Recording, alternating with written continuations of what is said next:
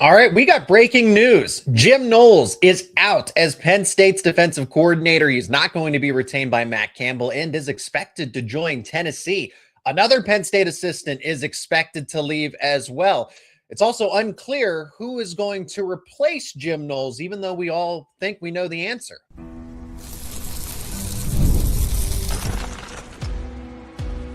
You are Locked On Nittany Lions, your daily podcast on the Penn State Nittany Lions.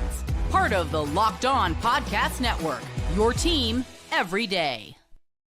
And welcome into a live edition of Locked On Nittany Lions, your daily source for all things Penn State sports. My name is Seyko, and I am your host of the show, credentialed media member for both Penn State football and Penn State wrestling. We are part of the Locked On Podcast Network, the number one sports podcasting network out there. Hey, thanks so much for joining me on a live edition of the show, middle of Wednesday, December 10th here, as Jim Knowles is not being retained.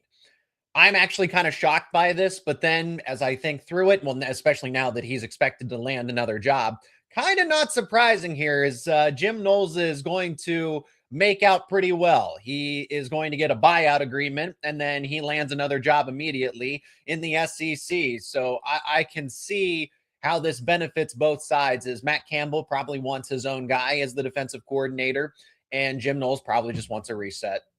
You left Ohio State. Penn State was a disaster for you.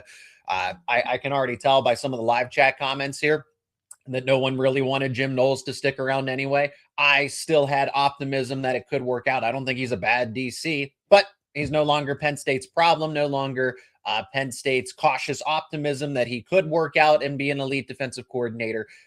New era with Matt Campbell, new direction. But we're also going to discuss Stan Drayton seems to be trending towards South Carolina. That's the expectation that's been reported by 24/7 today. So we'll talk about that, who Penn State could possibly replace him with. I do want to focus on DC initially because we all think we know the answer here. Jon Heacock is supposed to be the defensive coordinator in waiting. Why would they bring him over? Because the initial report said on 3 to 24/7, everybody was saying that Heacock is expected to join the staff. Well, then what's going on? Because he's still listed on the Iowa State roster right now on the coaches page. And he was seen at an Iowa State basketball game yesterday, dressed up in Iowa State gear. Okay, maybe I shouldn't read too much into that. But if you notice, there are a number of Iowa State assistants that are no longer listed on the staffing page, yet Jon Heacock is still there.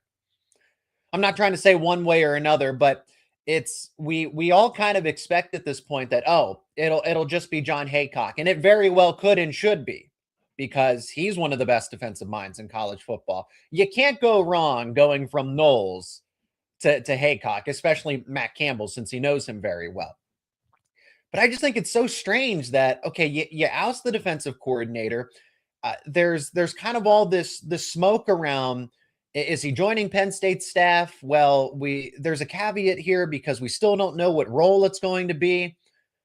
I just want to know the mystery around Heacock right now, because Jim Knowles is no longer on staff. You have a DC opening. The guy's still listed on the Iowa State website. He's clearly still in Ames, Iowa.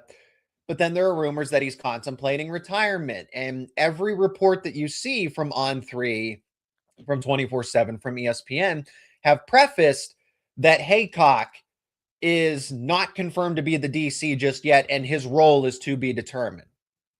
Okay. Well, the simple answer is I would go with Jon Heacock at this point. I guess you could explore maybe if Anthony Poindexter is interested in that or something. I'm just throwing it out there. But the realistic option is to just go with Heacock.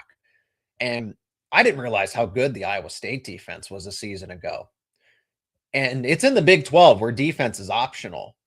He had one of the top passing defenses in terms of efficiency and everything like that. One of the top overall defenses in terms of efficiency, and one of the best passing defenses in terms of efficiency. Well, that was nothing that Jim Knowles brought to the table in year one. Penn State's passing defense, I was more so their run defense, honestly. If I had to be more critical of which side, they just could not stop the run, especially the quarterback run. Also, something we need to discuss, what defense would Jon Heacock run as the DC? Because that seems a point of contention here, and it should be. You can't run the 3-3-5 in the Big Ten. You will absolutely get swamped if you try to run the 3-3-5 in the Big Ten Conference. But they would be dumb to do that, so they're not going to do it. That's not my expectation if and when Jon Heacock takes over. The 3-3-5 defense is a product of Iowa State, meaning that you run that defense because A, you're in the Big 12, so it's part of the competition that you're facing. There's not a lot of power run teams. It's spread. I guess Utah is that, but you're not playing Utah every single week. You're playing a lot of teams that are spread. Again, usually defense is optional, meaning that there's a lot of passing. It's just a pass-happy league. Think of the Big 12 as backyard football.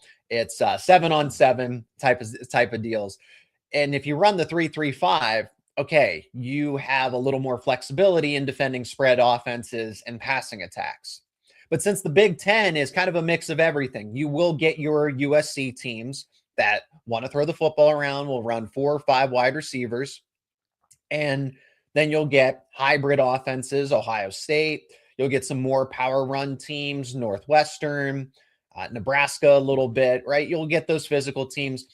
And I'm not opposed to running the 4-2-5. And I honestly think that's what's going to happen is Penn State will still run a 4-2-5, a hybrid into a 4-4-3. It's dependent on personnel, and it's dependent on who you can recruit. So if you have a ton of talented secondary players like Penn State has had for the past couple of seasons, you can run a 4-2-5 because the depth allows it. You need 5 defensive backs. Iowa State is already used to that with the 3-3-5. And if we're anticipating that a lot of Iowa State players are going to come over, so if coach is already following Matt Campbell, then players should be anticipated to follow as well. You're probably going to be able to, and then you can go recruit other guys in the transfer portal. So it's not going to be the 3-3-5, but it will most likely be the 4-2-5 again under the direction of Jon Heacock, but still to be determined. Why is this to be determined? Why do we not have clarification on whether Jon Heacock is going to be the defensive coordinator at this point? But I imagine we'll get clarity on that as soon as possible here. And then we have breaking news in the middle of this live show. Jim Knowles is in fact taking the Tennessee job. I imagine this was coordinated by both sides. If you want my honest opinion, Penn State didn't fire him. Penn State didn't push him out. Jim Knowles probably came to the table and said, you know, I don't know that I want to be here anymore. Or why should I stay at Penn State? I know Jim Knowles probably standing his ground and saying that, Penn State owes him something, some sort of leverage. And Tennessee opens up. You get an SEC caliber job. They're probably going to pay very well, probably somewhere north of $2.5 million. I don't know that he's going to get $3.1 million, but he gets the money from Penn State because of the buyout agreement. And then he gets the money from being Tennessee's defensive coordinator. So that is official. He is headed to Knoxville. He's going to Tennessee. Rocky Top to Jim Knowles. Congratulations. In Penn State, the Matt Campbell era is already going through some moves. More moves are on the way, though. Whether they're to be determined or it's speculation, because Penn State very well could find itself a new offensive coordinator very soon. Penn State probably needs to look at upgrading its wide receiver coach as well. We got all of you in the live chat that I want to talk to you where we can. Stan Drayton is expected to head to South Carolina and join the SEC conference as well. So we got plenty more to discuss here on this live edition of Locked On Nittany Lions. And the show is brought to you by FanDuel. NFL Sundays move fast. One big play and suddenly everything feels different. That's what makes live betting with FanDuel so exciting. You're not just watching the game. You're reacting to it in real time. With FanDuel, you can place bets as the action unfolds. Every drive, every momentum swing, every highlight moment. Live betting is best when the games start to shift. So a receiver can get hot, a defense will tighten up, or the momentum flips after a turnover. FanDuel lets you jump into that moment. Live spreads and money lines adjust instantly. Player props update as guys heat up. You can bet next touchdown scores, drive results, totals, and more. It keeps you locked into every snap, every drive, every possibility. And you can bet NFL football. You can also bet college football. Hey, lines are available for Penn State and Clemson in this upcoming bowl game. Penn State is a 3.5-point underdog. They are plus 134 on the money line. If you're thinking Penn State for this upset here, the total is set at 48.5 early on. If you like those lines, you can bet them over at FanDuel.com or the FanDuel app. If you want to be right in the middle of the action this season, visit FanDuel.com and place your NFL live bets all season long. That is FanDuel. The game moves fast, and so can you. Once again, I really appreciate each and every one of you for stopping by. Check out a live show on a Wednesday afternoon. So thank you for that. But Jim Knowles not being retained, I think is live show worthy, right? Breaking news, and we can discuss it. Stan Drayton headed off to South Carolina. A good move for South Carolina. Stan Drayton, I don't think, is a bad running backs coach. We saw Katron Allen take a massive step forward, right? And he's got connections to Philadelphia. It would have made sense to retain Stan Drayton, but again, he's not a Matt Campbell guy. Matt Campbell's not a Stan Drayton guy. Stan Drayton's not a Matt Campbell guy. So these moves are pretty predicated on the fact that Matt Campbell wants to assemble his staff together. It's great to see that Terry Smith is on board, though, right? That could have easily been a move where Smith goes to Virginia Tech. So my expectations kind of have been, a little, I guess I was expecting Penn State to retain Jim Knowles. I really thought they would. That contract, I can see the vision of him going into year 2 with the defense actually getting better and stabilizing a little bit. But also at the same time, if you know the roster is going to turn over, right? If you know the roster, this is also a subtle indicator that with these coaching changes, the Penn State roster is going to be, for the most part, overhauled. I think you'll still get some people to stay, but defensive coordinator, watch some other position coaches here. Again, the key names to watch: Deion Barnes, Dan Connor, Penn State alum. We saw Ty Howell already go to Virginia Tech. And this is going to be a situation where Matt Campbell might have to find a way to bring as many Iowa State players over as he can. So Stan Drayton, not the biggest loss in the world. If they were to go with somebody, the first name that's going to come to mind, he's still listed on the staff presently at Iowa State. That's Jake Landry. He was only in his first season as the running backs coach for the Cyclones this year.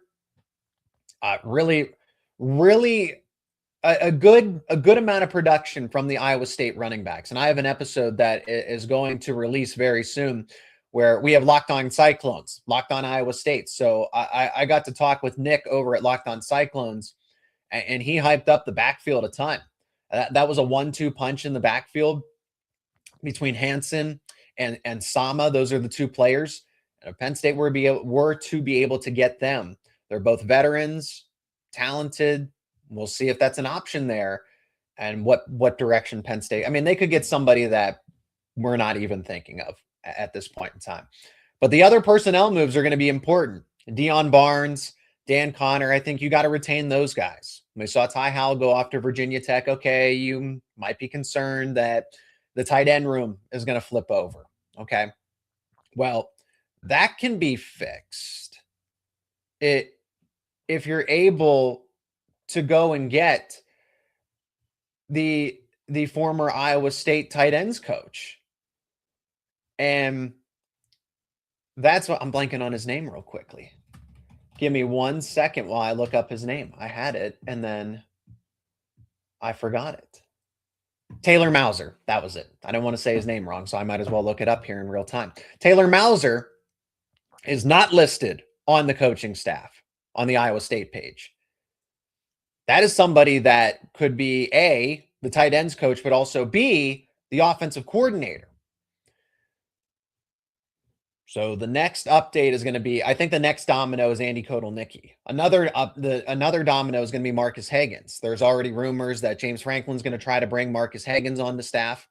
He's a UVA alum, so he's got to deal with his ego there that he's going over to Virginia Tech, but he's back in his home state, right? And he's from Virginia. And James Franklin's getting the band back together. Everybody seems like they're going, right? But Penn State, to get Terry Smith back, to make the necessary upgrades, you got to retain Deion Barnes and Dan Connor. You lose Ty Howell. But if you get Taylor Mauser, okay. If you get Taylor Mauser as the tight ends coach and or offensive coordinator, you might be able to bring some of those Iowa State tight ends who were, I guess I can't say equally as, maybe a little more productive, honestly. I think they were comparable at times. My preference is Andrew Rapplier and Luke Reynolds because I saw them. I still think there's upside with Luke Reynolds there. He needs time. As a receiver, solid. As a blocker, so-so. But Iowa State's tight ends would most likely come over with Taylor Mauser, and he's not listed on the Iowa State website anymore. The assistant above all else, though, I probably should have named him first. Noah Polley. That is who Penn State fans should want out of any assistant that's available at this point in time, whether they're connected to Penn State or not. Polley is one of the best wide receivers coaches in all of college football. The way that he's able to evaluate talent, the way that he's able to develop talent, and I'm going to keep using this as a point of evidence. Polley developed not one, not two, not three, but 4 NFL draft prospects for the same cycle, for the same draft, and they all were selected in rounds 2, 3, and 4. Not undrafted free agents, not a first rounder, and then, okay, you get a first round pick, but then the other guys were 6th and 7th round guys. No, they were taken in the 2nd round, the 3rd round, and the Houston Texans thought Iowa State receivers were so great that they took 2 of them in Jaden Higgins and Jalen Noel. Jaden Higgins is pretty good too, already as a rookie. And those guys were not former 5 stars, highly touted 4 stars. Jaden Higgins came via the transfer portal, and Matt Campbell was the one who pointed out, like, hey, Jaden Higgins was the 40th ranked receiver, and then became a second round pick. So that's why Noah Polley needs to be the priority for Penn State.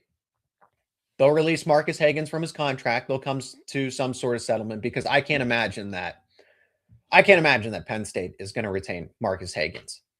And for obvious reasons. I don't need to sit here and dunk on Hagans, but the wide receiver room, the production has just completely fallen off over the past years, even slightly before Hagans showed up, but he was supposed to fix it with recruiting.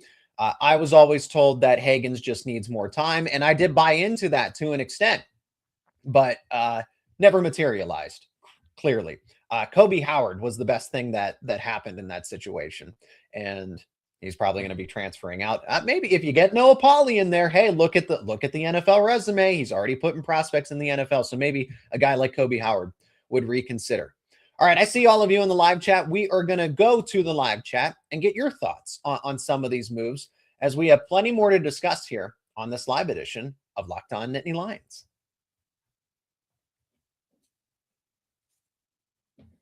And today's show is brought to you by Aura Frames.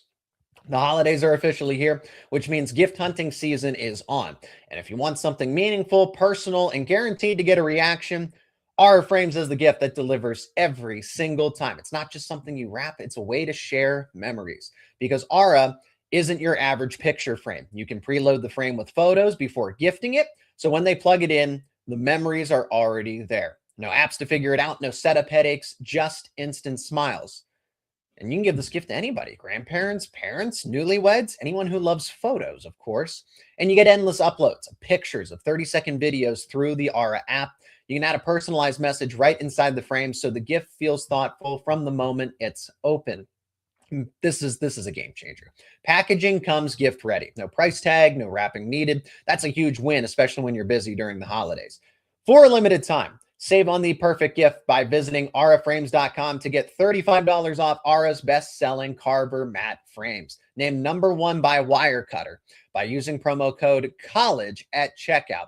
That is auraframes.com. Promo code COLLEGE. This deal is exclusive to listeners, and frames do sell out fast. So order yours now to get it in time for the holidays. Support the show by mentioning us at checkout.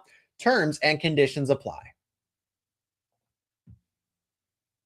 Okay, I won't be able to get to everybody, but I'm going to do my best part. I'm also going to be a little delayed, so let me try to I'll catch up, because I know there's people that are commenting in real time and respond, right? I respond to something that was 15, 20 minutes ago, and it doesn't make sense with the context. So I see initially here that most people are not a fan of Jim Knowles and are glad that he's gone. If Jon Heacock is the replacement, then this is it's a no-brainer. Makes a ton of sense.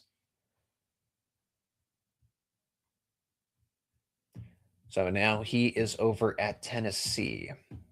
I imagine people feel the same way about Kotelnicki. Although we did hear from, all right, so we will hear from, I should, because I recorded this show today. I recorded this earlier. It's going to go up tomorrow. I talked to, like I said, Locked On Cyclones, Locked On Iowa State, and Taylor Mauser is at least questionable. Don't just think that he's an automatic upgrade. He's Matt Campbell's guy, but he's not necessarily an automatic upgrade over Andy Kotelnicki. I know how people are going to interpret that. That's, well, Andy Kotelnicki's not that good of an offensive coordinator as it is. So is Mauser that much better? I would like to see Mauser as the tight ends coach. And do you go with Andy Kotelnicki, or do you go outside and make an outside hire, someone that's not connected to either Penn State or Iowa State? I'm not opposed to that at all. Maybe that ends up being the best move. So here's a good point. Heacock is close to retiring. If he does join Penn State, it's going to be short term. And it sounds, based on whatever the way everyone's discussing it so far and putting the preface in the reporting, is that it's going to be in an analyst role or something that's a little more casual, which, okay, still get a great defensive mind on staff. But you do need a contingency plan. If it's 1 to 2 years, you definitely want to have a defensive coordinator in waiting.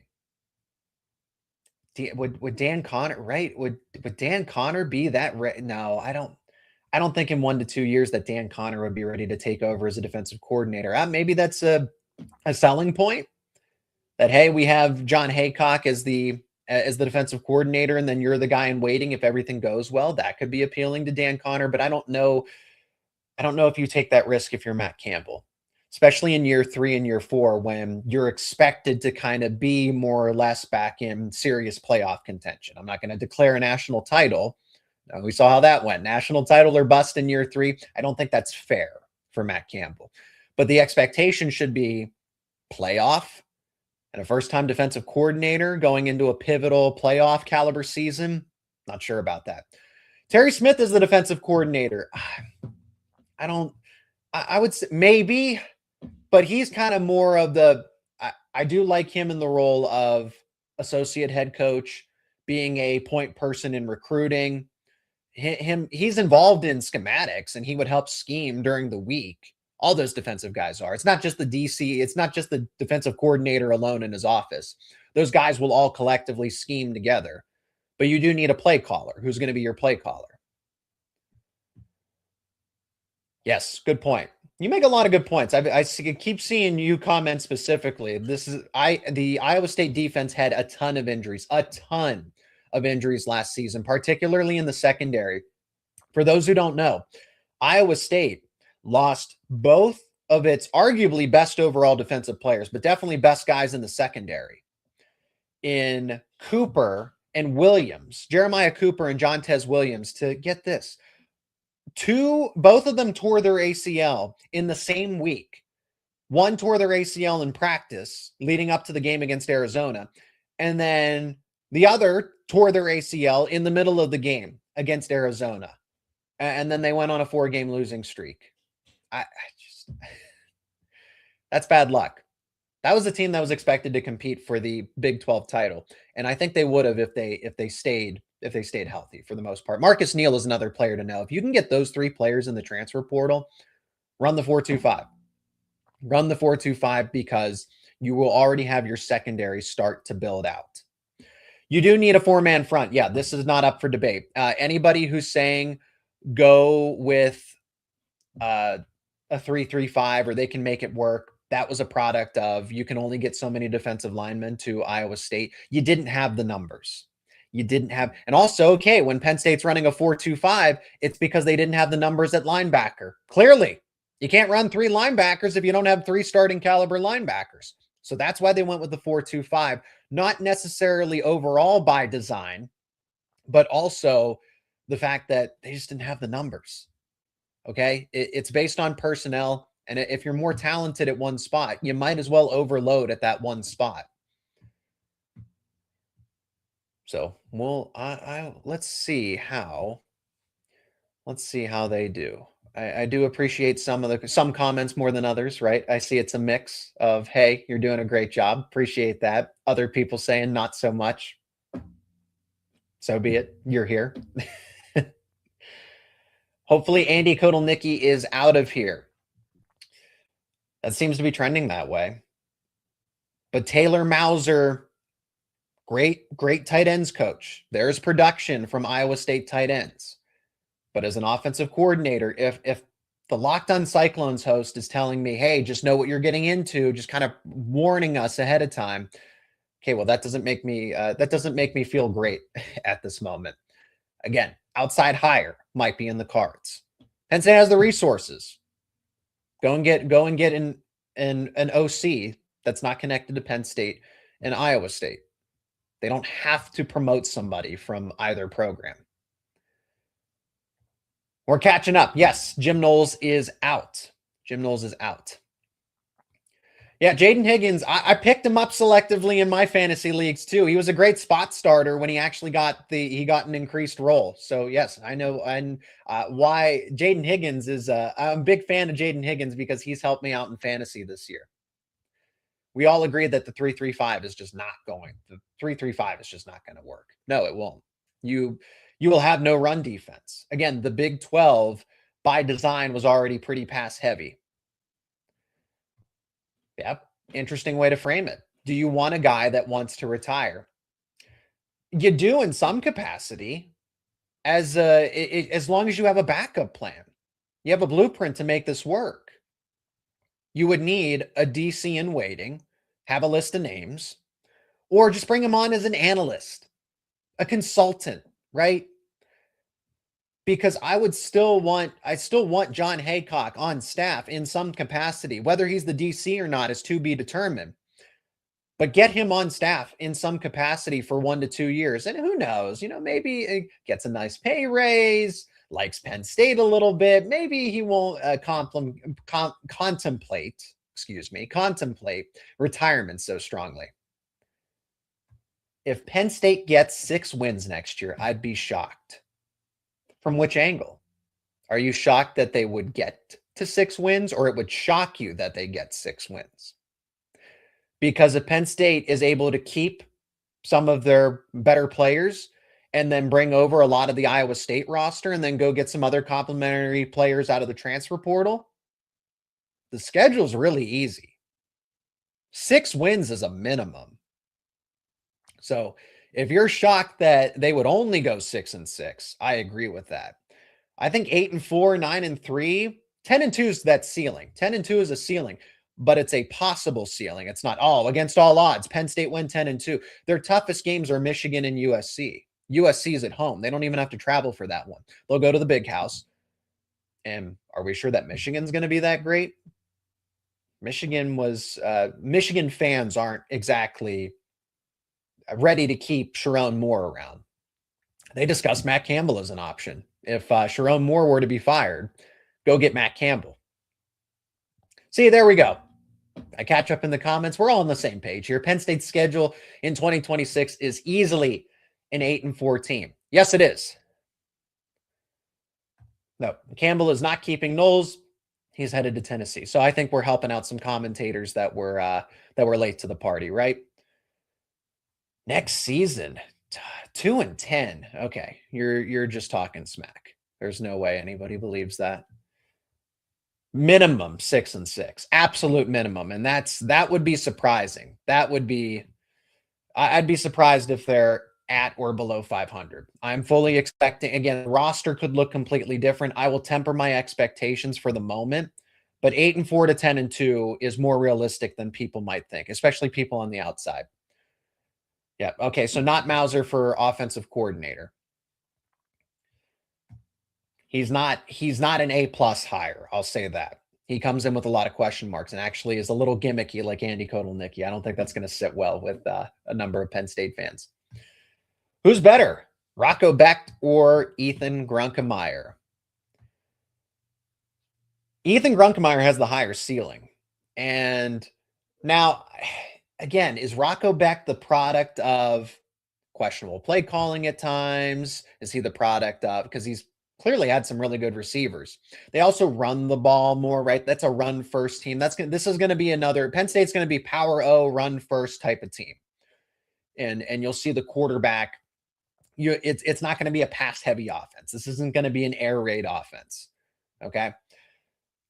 I would take Ethan Grunkemeyer if it's 1-to-1, Ethan Grunkemeyer versus Rocco Becht. You take Ethan Grunkemeyer because he has more potential and he has more longevity. He's got 3 years of eligibility left. And I think Grunkemeyer is only scratching the surface. Fortunately for Penn State, Matt Campbell did recruit Grunkemeyer, so there is a previous relationship. So it's not just a one-way ticket to Virginia Tech. He very well could stick around. If you do lose Grunk, Rocco Becht is not a bad pivot and would be the right pivot. He knows Matt Campbell very well. I imagine if Taylor Mauser is going to be the OC, or it's still going to be a very similar offense anyway, there's not a fit problem. You know that Becht knows the offense regardless of who the play caller is. You would also most likely get Alex Mansky. So this is where the conversation changes. If it's just Becht versus Grunk, I would take Grunk every single time. But if it is Becht and Mansky, who kind of has a bright future ahead of him as a former highly touted high school quarterback, you have QB depth. So 1 year of Becht, and then you immediately turn it over to Alex Mansky. I don't know if you can go wrong with that versus just Grunkemeyer, because Beckham Kritza, QB2 Liam Clifford is gone, right? The quarterback room at Penn State, it's really just Ethan Grunkemeyer. Yes, you have Peyton Falzone, don't get me wrong, but you need depth. And if you can get Becht and Mansky together, and it might cost you Ethan Grunkemeyer. Yeah, long term though, Becht can be a capable starter in the Big Ten for 1 year. And I do like the idea of getting not one, but two quarterbacks. If Alex Mansky's staying at Iowa State or he's going somewhere else, then it's not a conversation. You go with Grunkemeyer for 3 years over Becht for 1 year. Yes, people do miss Manny Diaz. We need the Manny Diaz defense. You can be aggressive. It's just a matter of blitzing. It's real. Manny Diaz's defense is just overly aggressive. It's just a lot of blitz. It's a lot of players within the box. It's not too. Don't think the schematics are crazy. The Prowler package, right? There's select variants that you can actually take from a Manny Diaz defense and incorporate it. That's what Terry Smith did, and I think that's probably why Jim Knowles wanted out. I probably should have mentioned this earlier, but it just came to mind right now. Is that Terry Smith did tell Jim Knowles what to do. And the allure of Andy Kotelnicki and Jim Knowles to join Penn State was that, hey, James Franklin doesn't, he's not going to intervene. And that was clearly an issue. He doesn't intervene to a fault. And Knowles and Kotelnicki were left to do whatever, whenever. And we saw how that turned out. The second Terry Smith said, we're going to change this about the offense. We're going to change this about the defense. And I wonder if Jim Knowles didn't like that. And I wonder if he doesn't like, taking orders from somebody else that, he doesn't know at all. Again, he benefits. Don't think of this as totally a shock. He negotiated a buyout. He's going to get millions from Penn State, and he gets to stay in the SEC. So if you're wondering, why would Jim Knowles do this? Why would Jim Knowles want out of Penn State? Money and a fresh start. Hey, Zach, how are the players during this process, and do we have decent NIL to go into the portal if needed? Thank you. Thank you for your question. This is where I'm going to finish up, actually. So, Penn State's got plenty of NIL. They're going to commit roughly, the reports are roughly $30 million in NIL money. Well, that can go get you a quality roster immediately in the transfer portal. I am not pessimistic about Penn State next season. You have an easy schedule. You have a great football X's and O's head coach. Penn State has not had that. James Franklin is a great recruiter, a great CEO. He is a program builder, but that only gets you so far, as we saw. You now need someone who can out-scheme, game plan, and be a true X's and O's coach. Matt Campbell was winning at Iowa State, where the resources are little to none. They're just there to keep you relevant, competitive. And Matt Campbell truly did more with less. So what happens when you get the war chest and you can go to battle? This roster will be competitive one way or another, whether it's Penn State players, whether it's Iowa State players, whether it's a mix of both, whether it's some outside players that have connections to Matt Campbell or want to play for Penn State, one of the biggest brands in all of college football and in the Big Ten. There's a lot of appealing factors here. So Penn State absolutely has, to answer your question directly, more than decent NIL, competitive NIL, and they will use the portal in the first couple of seasons. And we'll see how this continues to unfold. So I got to wrap it up here. We're over our 30-minute mark, but still appreciate each and every one of you for joining me here on a Wednesday afternoon. As Jim Knowles is out, Stan Drayton's most likely headed to South Carolina. I imagine Phil Troutwine's going to be leaving as well, since Penn State did get Ryan Clanton, Iowa State offensive line coach. So that makes sense, right? Logically. But as these updates unfold, we will react to them. I will bring you the latest daily conversations around all things Penn State sports. So as football coaches continue to move, rumors, the transfer portal is going to open up soon enough, and all the coverage will be right here on Locked On Nittany Lions. So if you are new to the show, subscribe to the YouTube channel and wherever you get your podcast for the latest conversations around your favorite Penn State sports teams.